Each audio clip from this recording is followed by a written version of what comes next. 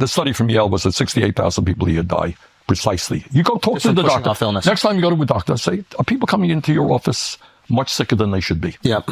And the answer is yes, they are. Bernie Sanders was a guest on Andrew Schulz's show to talk about a number of topics. In this clip that I want to show you here, they discussed problems in the U.S. and why they're hard to fix. So we're going to take a look at Bernie Sanders with comedian Andrew Schulz. I will share my thoughts on this as well. Let's get into it together. If I ask you, how are we doing as a nation?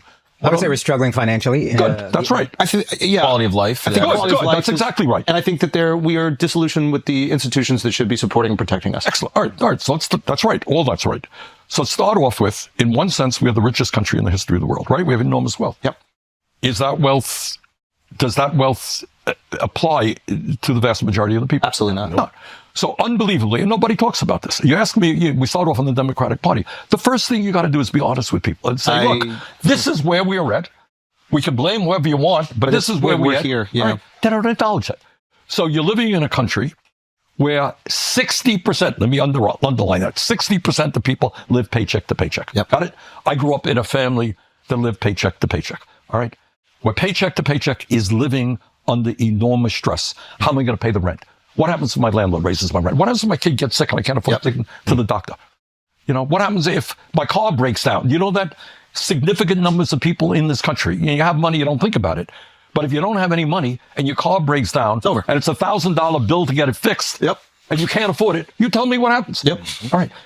Bottom line is you got millions of people, working class people, lower income people, struggling to put food on the table. Okay, that is the first profound reality. And the question we've got to ask is, why is that in the richest country on earth? All right, that's number one. Number two, you have a healthcare system. How's the healthcare? You tell me. Got a great healthcare system in America? Well, what do you think? I mean, if you can afford it, it's pretty good. That's right. Yeah, I think that's a better way to look at it. That's exactly right. Yeah. All right. If you got the money, you got the best healthcare system in the world. Yeah. But most people don't. How many nations do not guarantee healthcare to all people as a human right? You guys know? How many? One major country. You're living in it. So here's the insanity. We are spending twice as much per person on healthcare as most of the European countries. Guarantee free healthcare, not to correct you, but we won't refuse care if you need it. Oh, wait, we will. Well, it's a little bit more subtle than that. Yeah. All right. Let's say you have a $10,000 deductible. Okay. Not unusual. Yeah. Okay. You got sick. What do? You don't have any money. You go to the doctor? I go to the emergency room. I say I'm sick. Yeah, but you go to the emergency room, but you're not it's not an emergency. They'll say, I'm just a little bit sick. I just avoid it. That starts to fester. It gets worse. You got it. And that actually probably causes more strain. It does. And you know what else it results in? The study from Yale was that 68,000 people a year die precisely. You go talk to the doctor. Next time you go to a doctor, say, are people coming into your office much sicker than they should be? Yep. And the answer is yes, they are. And that's just avoiding copays. Exactly. Yeah. Exactly. Okay, fair enough. So people do die by the large numbers. What about our educational system? Psychologists tell us that 0 through 4, most important years of emotional and intellectual development. Makes sense, right? Yeah. Okay. So we must have a great childcare system, right? Because we love our kids, we nurture our kids, we pay childcare professionals. Really, we appreciate them and respect them. We pay childcare workers McDonald's wages. Yeah. It's shocking. It's also shocking how much competition there is to get your kid into like a favorable preschool. Right. Like you have to start lobbying these preschools at 1 year. My daughter is 15 months and already now you're like, he's like a pharma company. Exactly. Like you're kind of walking in, you're meeting people, they're exchanging pleasantries, and it's all under this guise of, I hope they accept my kid. Right. Because you have a massive shortage. Yeah.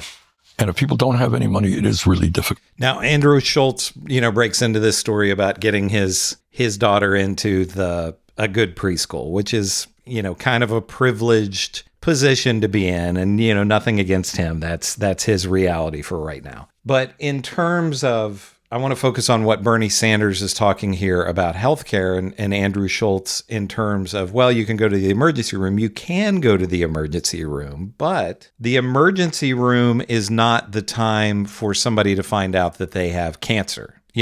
Somebody goes to the doctor or goes to the emergency room very, very ill, and they say, they run tests and they say, oh, we're sorry, you have stage 4 cancer. And maybe that cancer would have been caught if that person would have been getting routine checkups. And that's one of the things that doesn't really make sense to me with our system, is you would kind of think that the insurance companies would want to catch these things early. For example, I'll just give an example from my own life. I went hiking one time. It was a Sunday. I get home Sunday night. I feel something. I had long pants on. I feel something. I pull my pant leg up, and there was a tick that had burrowed into my knee.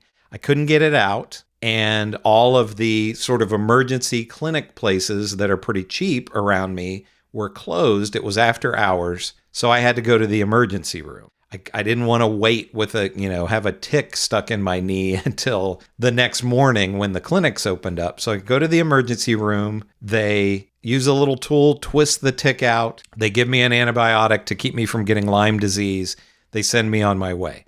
With insurance, after insurance, I mean, this maybe was a 5-minute visit to the emergency room in terms of actually meeting with the doctor. With insurance, I paid $800 out of pocket. You would think the insurance company would be like, oh, great. He got this treatment, so down the road, he didn't have Lyme disease that it would have cost how much, thousands and thousands, tens of thousands of dollars probably to treat. So the emergency room is no place to be. The emergency room is for something like that, like what happened to me. But too many people are showing up at the emergency room when they're very, very sick, as Bernie Sanders points out, because they got no preventative medicine or treatment along the way.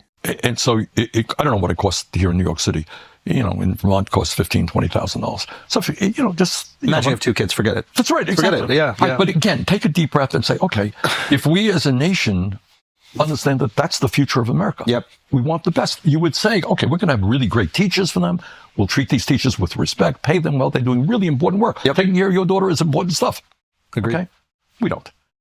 Public schools, I was talking to a principal in Vermont, in southern Vermont. They're starting teachers off at $32,000 a year. So kids, young people graduate school in debt. We're not getting the best and the brightest people. Do we respect? You tell me, do we respect education in this country? No, we don't really.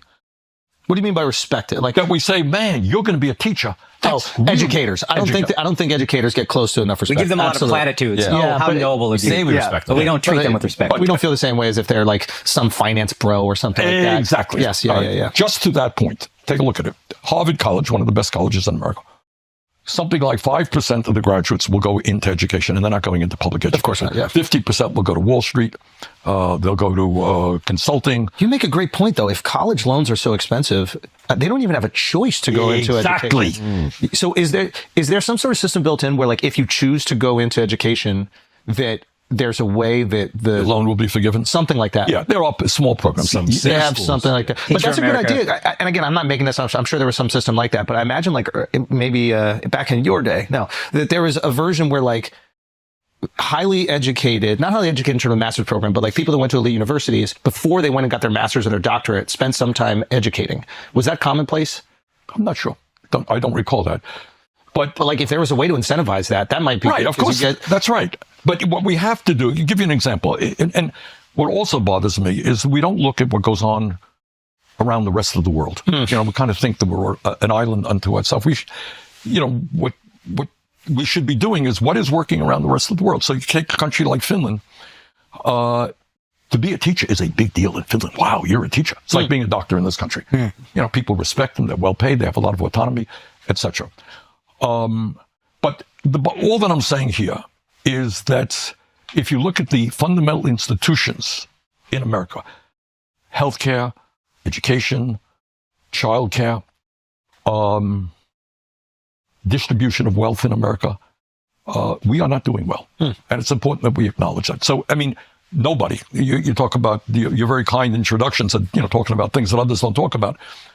How many people will talk about the reality that Elon Musk himself owns more wealth than the bottom 52% of American households? Is that a moral issue? Are we comfortable with that? And I think in this whole little clip here that there are some great points brought up by Bernie Sanders and by Andrew Schulz. Bernie Sanders says, why are we not looking at what the rest of the world is doing? And this is something that I have said for years. anytime we talk about our healthcare system, I don't know why, and I mean, I know that the answer is money, but I don't know why as a society we would not look at every other country and say, okay, when it comes to healthcare, Japan is number one at this. Germany's number one with this. The UK is tops in this. And say, we are the United States of America. We're the richest, most powerful country in the world. We're going to take the best of what works in all of these different countries and create the greatest healthcare system in the world. You know, I don't know why we're not all demanding that. Bernie Sanders talks about Finland's education system. One of the things that Finland does is it's very difficult to become a teacher there. It's more difficult than in the United States. But once they are a teacher in Finland, then they're kind of left alone. They're treated with respect, and it's not like here where it's just constant continuing education and testing of the teachers and all of that, you know.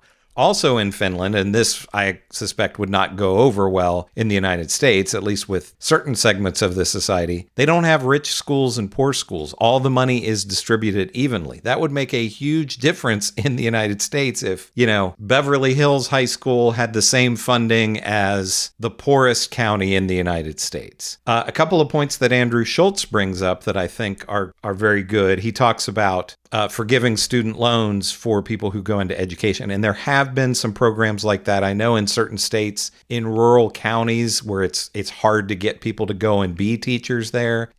If a person becomes a teacher and then works in that county or that area for a certain number of years, 5 years or 10 years, then their student loans are forgiven, which I think is a really good program. But he also talks about ways to try to get the top students to go and work in these different areas. What I've long felt with education is that it should be like how some countries like Israel have mandatory military enlistment for a certain amount of time. I think every adult in the United States should have to go and work in a school for like 6 months to see what it's like because I think some of the people who are the most critical of teachers and educators and they've got an easy job and they have their summers off and blah, blah, blah. I think a lot of those people about a half a day in a classroom and they'd be curled up in the fetal position in the corner. So I think mandatory work in schools should be required of basically everybody in our country. Let me know what you think about all of this. Do you agree with what Bernie Sanders had to say? What do you think about his interaction with Andrew Schulz here and the other guys on his show? Let me know in the comments what you think. Make sure to give me a like and subscribe. This is Chris on Culture, and I will see you in the next video.